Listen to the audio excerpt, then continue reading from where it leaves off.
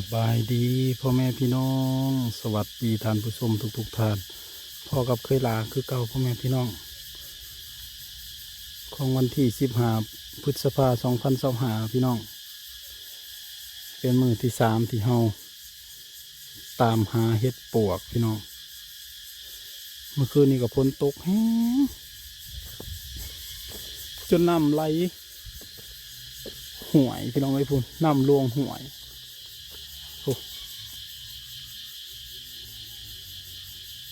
น้ำเท่ห่วยจนไหล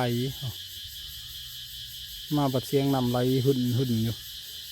ทางเนื้อแห้งๆก็ทางเห่าอีกน้ำจนไหลเนาะพี่น้องไปดุนไปชมน้ำกันมือที่3สิเห็นบ่อเห็ดปวกเนาะ3 มือเลยมาตามหาเห็ดปวกมาตั้งแต่ตี 4ตอนนี้ก็จนแจ้งตอนนี้ต้นตี 5เลยพี่น้องขาวพี่น้องขาวอู้เห็ดพี่น้องเห็ดเห็นแล้วโอ้โหเห็ดปวกพี่น้องเห็ดปวกเห็นแล้วนี่เห็ดปวก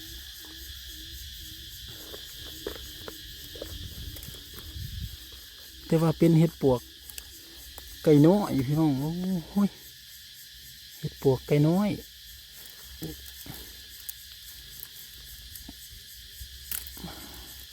เนี่ย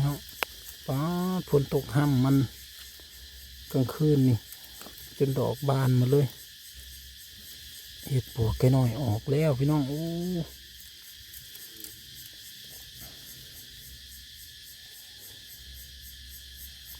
นี่โมเมนต์เห็ดปวกใหญ่ก็ยังดีพี่น้องได้เห็ดปวกไก่น้อยก็ได้3 มือเลยเอาเก็บไปหมกสักพักอีตู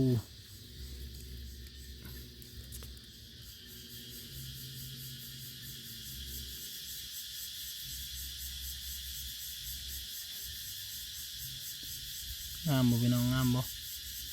เก็บไปหมกสักพักอีตูนี่โอ้นี่ทางนักก็มีทางพวกก็มีพวกบอกพี่น้องพี่ท่านนี้ก็มีออกลายอยู่พี่ทางนอกนี่ก็มีล่ามไปอยู่ตามมันนั่นเลยพี่ท่างนี้ก็มีพี่น้องพี่โอ้โหโอ้หลายโอ้นี่พ่นห้ำมันมืดคืนนี่มันก็เลยจนเป็นดอกเลี้ยวมาเขาอันเนี้ยโอ้ยดีใจแฮงคือตัวเห็ดปวกใหญ่อันนี้เป็นเห็ดปวกไก่น้อยเนาะปวกไก่น้อยก็เอาคือเก่าพี่น้องเลยมา3 มือเลยจังได้เห็นนี่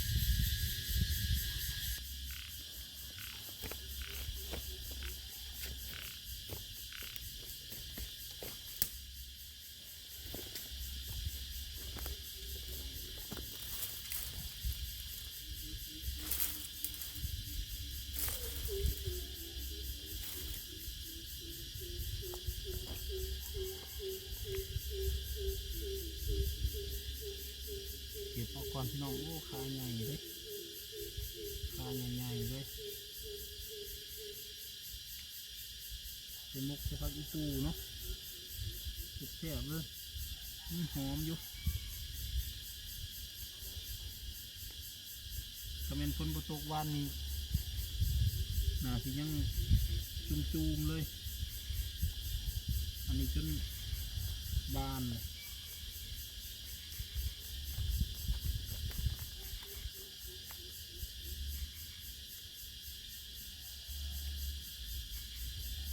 แต่เชียมาคือว่าสิได้งัดอันนี้มันบริงัดแน่นจับถอดเนาะเลย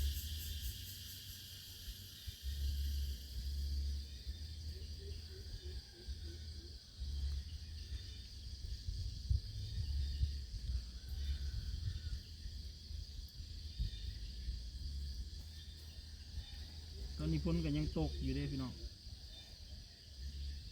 ดินมาอยู่เสะลงมาใส่หัวอยู่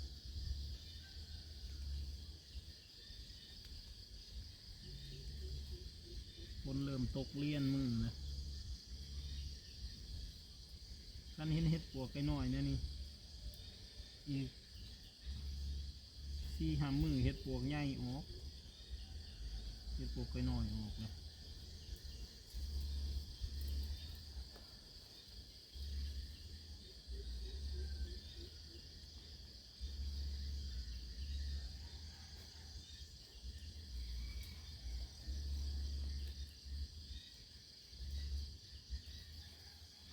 หมุนมองไผ่ใหม่ขึ้นมาเลย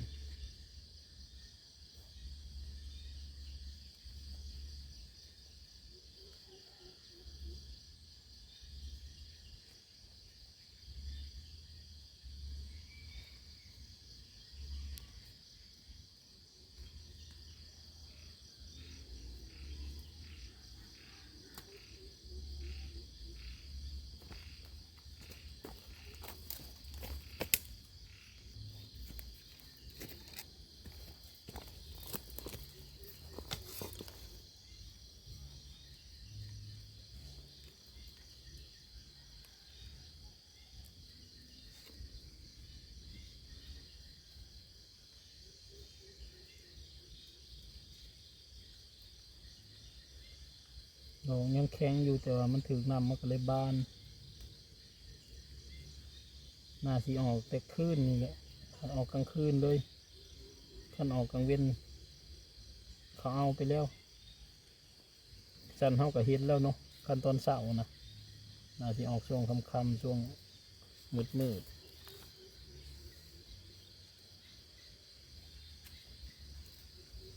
ี่บูไผ่ใหม่ขึ้นมาเลย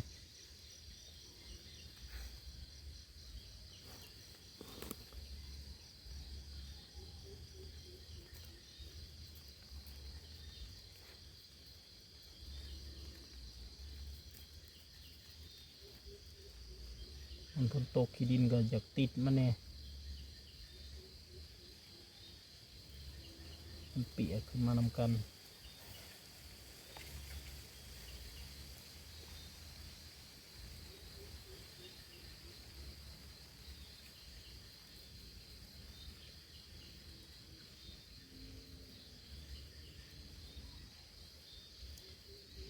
หน้าเห็ดออกแล้วแสดงว่าแถวเฮาก็ได้มันคงก็มาเจิมคือเห็ดปวกไอ้หน่อยเนาะ ก็โทรขอไปพี่น้อง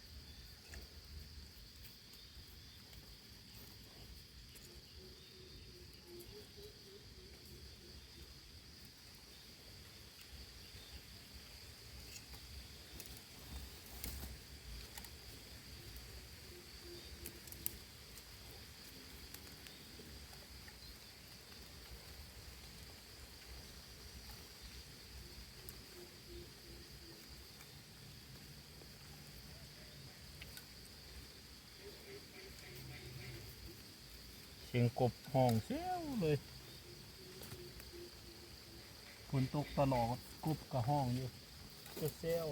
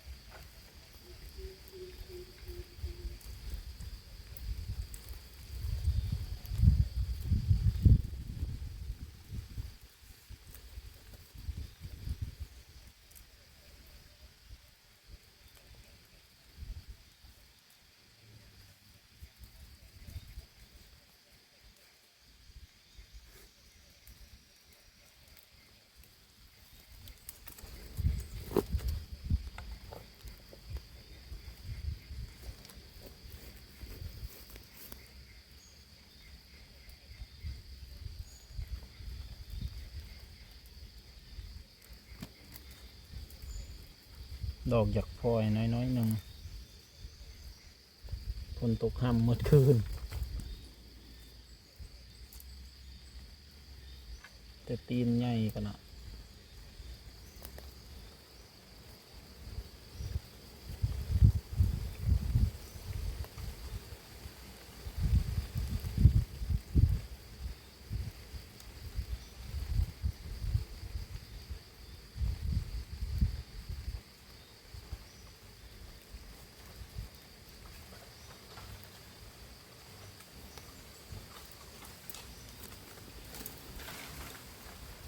นี่เนาะได้หลายเติบเลยได้ละหมกหนึ่ง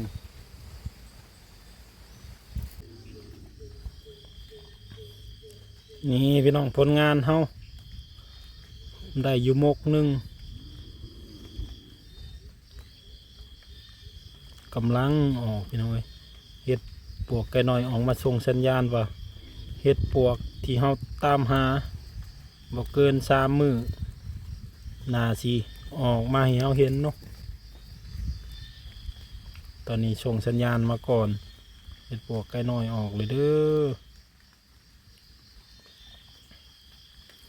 คลิปนี้ก็สิขอลาไปเพียงเท่านี้ก่อนเด้อพี่น้องขอบุญขอบคุณทุกคนที่ติดตามรับชมฝากกดไลค์กดแชร์กดติดตามเป็นกำลังใจให้เคยลาเด้อชมวังเลยมันนี้มาหา3 มื้อติดได้แล้วพอกันไหมคลิปหน้าพี่น้องสบายดี